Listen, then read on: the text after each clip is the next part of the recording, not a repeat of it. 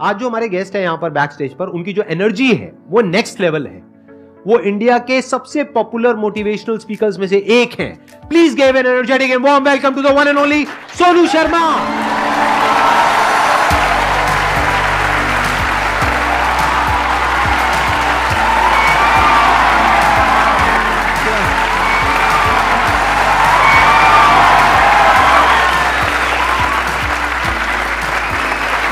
Please आइए।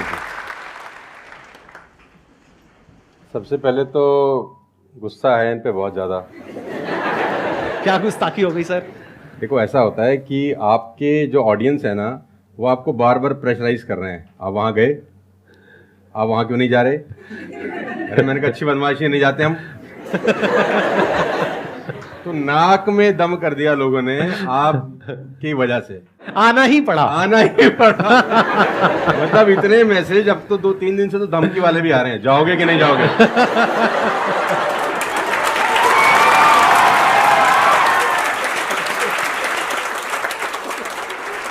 इस बहाने मिलना तो हो गया ना सर? इस बहाने मिलना हो गया। और मैं जानता हूं कि 2-2.5 महीने से हम लोग प्रोसेस में थे कि आपके से मुलाकात होगा, लेकिन अच्छा लगा बच्चों की एनर्जी देखकर और आपसे मिलकर वाकई में।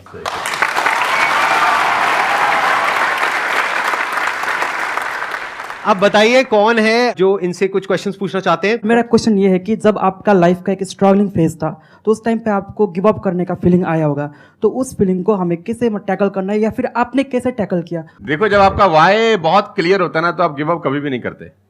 कोई भी चीज क्यों करना है, ये सबसे इंपॉर्टेंट रोल प्ले करता है। There is a book by Simon Sinek called learn your why, कि आप कोई भी काम क्यों कर रहे हैं, है ना। तो अगर आप उस किताब को पढ़ेंगे ना, तो आपको बहुत सारी चीजें सीखने को मिलेंगी। वाई बहुत इंपॉर्टेंट है। मतलब अगर आपका वाई क्लियर है ना, तो कोई भी ऑब्स्टिकल गिराने के बाद, आप गिरने के बाद, नीचे गिरने के बाद आप अपने आप उठ खड़े हो जाते हैं। तो वाई स्ट्रांग होना चाहिए, और वही लोग उठने ही खड़े होते हैं जिनका वाई स्ट्रांग नहीं है। मैं एग्जांपल देके समझाता हूं आपको। फॉर एन एग्जांपल, मैं आपको वुडन स्ट्रोक दूं, 2 फुट जिसका विड्थ हो और 30 फीट जिसका लेंथ हो, और आपको बोलूं मैं यहां से वहां आपको ट्रेवल करना है उसके ऊपर चल के, और मैं आपको 10,000 रुपये दूंगा, तो आप चल लेंगे बहुत आराम से? आप सवाल को ट्विस्ट करते हैं। अब उसी फट्टे को मैं 100 माले की 2 बिल्डिंग के बीच में लगा दूं, अब आप चलेंगे? लेकिन मैं अगर आपको अभी भी चलवा दूं तो आप अभी भी चलेंगे। अगर आपको पता हो कि दूसरी बिल्डिंग में आपकी बेटी है और उस बिल्डिंग में आग लग गई है, और मैं आपको 1 रुपया भी नहीं दूंगा, फिर भी आप चलेंगे? बिकॉज आपका वाई क्लियर है। जब जब आपका वाई क्लियर होता है ना, तो कोई भी ऑब्स्टिकल, कोई भी गिरावट आपको कभी रोक नहीं सकती। लेकिन जब वाई क्लियर नहीं होता, तो छोटी से छोटी ऑब्स्टिकल भी आपको वापस ले जाती है जहां से आपने जर्नी स्टार्ट किया होता है। वाई इंपॉर्टेंट है। आप सबसे मेरा एक क्वेश्चन है, आप कैसे बनना चाहते हो? जैसे एक होता है कि जरा सा भी कोई थोड़ी सी भी प्रॉब्लम आई तो रोने लग गए, परेशान हो गए। एक ऐसी पर्सनालिटी आपकी हो सकती है कि आने दो, जो आ रहा है आने दो, देख लेंगे, संभाल लेंगे। वो किसके अंदर हो सकता है? जिसने बहुत सारी छोटी छोटी प्रॉब्लम्स को फेस किया है, वही तो बोल सकता है ना आने दो। इस बात को अच्छे से समझ लो कि स्ट्रांग बनते कैसे हैं। स्ट्रांग बनते हैं प्रॉब्लम से, फेलियर से, स्ट्रगल से, सक्सेस से नहीं। सक्सेस से तो दिमाग खराब होता है हम सबका। सच बता रहा हूं आप लोगों को। अभी आप लोगों के लिए सक्सेस बहुत इंपॉर्टेंट है ना। सक्सेस से कुछ नहीं होता है। सक्सेस जब मिल जाती है, हम अपने कंफर्ट जोन में चले जाते हैं और दिमाग खराब हो जाता है, ईगो बढ़ जाती है।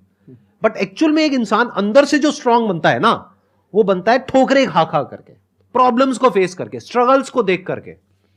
तो आप जितना अभी इस एज में फेलियर्स को देख लोगे, फेलियर से डरोगे नहीं, उतना ही आने वाले 10 साल बाद स्ट्रांग हो जाओगे। With all the respect and regard to everybody, आप देखेंगे कि जो सड़क किनारे बहुत सारे लोग रह रहे होते हैं ना, तंबू वंबू लगा के कुछ सामान बेच रहे हैं टाइप्स, वहाँ देखना उनके बच्चों का इम्यून सिस्टम बहुत शानदार होता है। वो सर्दी में, जनवरी की सर्दी के अंदर वो नंगा ही खेल रहा होगा सर, और हमारा पैम्पर्ड बच्चा ब्लैंकेट के अंदर उसको जुकाम हो जाता है, जरा सा हवा लग जाए ठंडा। तो जो ठोकरे हैं ना, वो आपका इम्यून सिस्टम बहुत अच्छा बना देते हैं। सफलता, सही कह रहे हैं संदीप जी, कि दिमाग खराब करती है। तो ये जो 5-6 साल हैं, फ्रॉम 14 to 20 और 22, यहाँ तो आदमी की रगड़म पट्टी होनी चाहिए दबा के। मतलब उसके तो खून के आंसू आ जाने चाहिए कि जिंदगी में भगवान ने मुझे क्या दिया है। सही कह रहे हैं, बिल्कुल सही कह रहे हैं। बता रहा हूं अपना। जो मैच्योर लोग रहते हैं, जिनको लगता है कि यार एक कुदरत टेस्ट ले रही है यार हमारा, वो तो खुद ही बोलता है, अगर 2-4 साल कुछ ना हो ना, ऊपर देख के बोलता है कुछ कर नहीं रहे क्या। मुझसे भरोसा उठ गया है क्या? हाँ सही बात है, भेजो कुछ चैलेंज, मैं तैयार हूं कुछ बड़ा मजा करने ही नहीं के आता लिए। उसके बिना मजा ही नहीं हम आता। तो लोग वो हैं कि हम गाड़ी चलाते हैं ना, 4-5 साल स्मूथ चलने लग जाए गाड़ी रोड पे, तो हम गाड़ी रोक के खुद ही खड्डा खोदते हैं सड़क पे। साला इतनी स्मूथ क्यों चल रही है? कोई ना कोई चैलेंज चाहिए यार, मजा नहीं आ रहा यार गाड़ी चलाते हुए।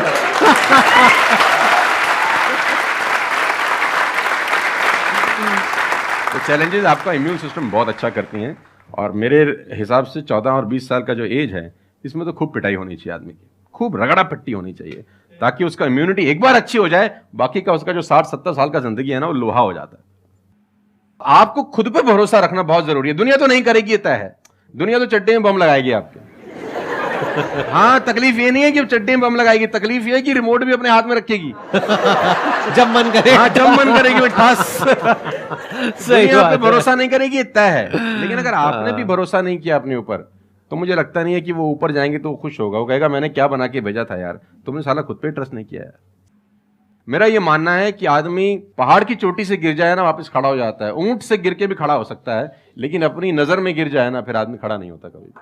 हमारे को अपनी नजर में खड़ा होना है।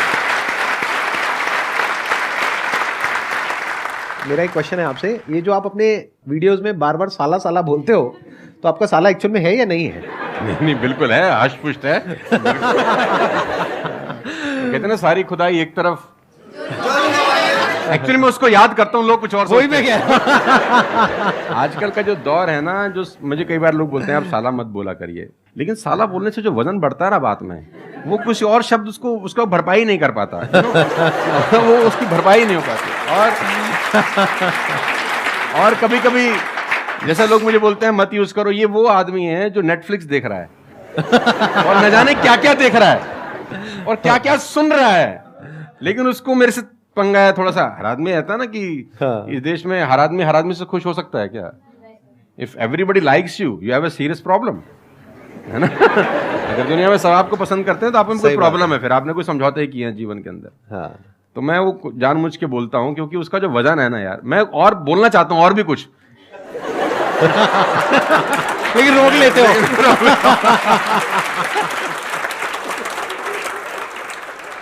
सर मैं क्वेश्चन करना चाहता हूँ कि जैसे लाइफ में सबके लिए सब कुछ क्लियर होती है, नॉलेज सबके पास है, क्लियर कट सब हैं सब रास्ते के लिए कि क्या करना है क्या नहीं करना। कुछ चीज़ें उनको रोकती है, पता है उसको भी वो क्या रोकती हैं क्या नहीं रोकती हैं, फिर भी वो चाह के वो बंदा आगे नहीं बढ़ पाता उन चीज़ों को लेके।